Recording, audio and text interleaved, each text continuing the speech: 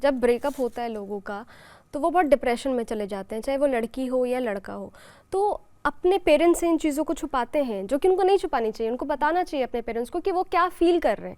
फिर कहीं ना कहीं वो डिप्रेशन में जाते हैं, उन्हें एंजाइटी इश्यूज होने लग जाते हैं। तो आपके पास भी ऐसे तमाम केसेस आते होंगे? तमाम केसेस आते हैं। पेरेंट्स कैसे डील करें इन चीज़ों को? अदिति, ये भी देखो कितना रिलेट क्वेश्चन कर रहा है, क्योंकि बच्चे मेरे पास आ जाते हैं। आप एक बात सोचो, ज्योतिषी के पास जाने को तैयार हैं, डॉक्टर्स के पास, काउंसलर के पास जाने को तैयार हैं, लेकिन अपने मम्मी पापा से वो डिस्कस नहीं करते। कितनी बड़ी विडंबना है। बच्चों की पेरेंटिंग ना बहुत ज़्यादा महत्वपूर्ण है आज के समय में, कि जब आज के समय इतनी सारी चीज़ें हो रही हैं, ऐसी घटनाएं हो रही हैं। ब्रेकअप के बाद बच्चा एकदम अगर इमोशनल है तो देखो ठीक है, तो वो टूट जाता है, और कभी कभी तो बहुत वैसे स्टेप भी उठा लेते हैं बच्चे, सुसाइड अटेम्प्ट कर लेते हैं।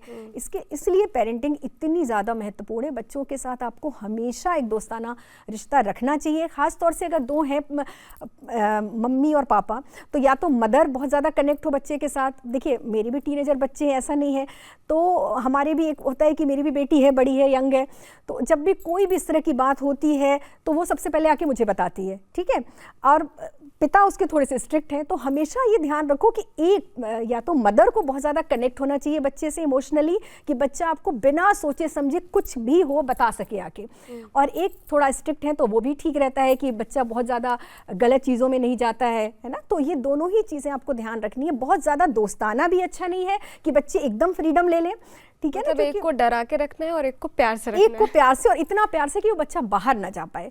उसको आपको इतना कंफर्ट जोन घर में देना है कि अगर इस तरह की स्थिति होती है तो ये कोई बहुत बड़ी बात नहीं है, सबके साथ होता है ब्रेकअप। बच्चों में ऐसा नहीं आना चाहिए कि भाई मेरा ब्रेकअप हो गया तो ये तो मेरे साथ बहुत अनोखा कुछ ऐसा हो गया कि अब तो जीने का कोई फायदा नहीं है। तो ये काम सिर्फ मदर या फादर ही कर सकते हैं, दूसरा कोई नहीं कर सकता, ना उनका कोई दोस्त कर सकता है, कोई नहीं कर सकता। तो मदर ब्रेकअप के बाद कहीं ना कहीं एक मन में ऐसी कसक रहती है कि पैचअप हो जाए, मेरा पार्टनर जो है वो वापस आ जाए।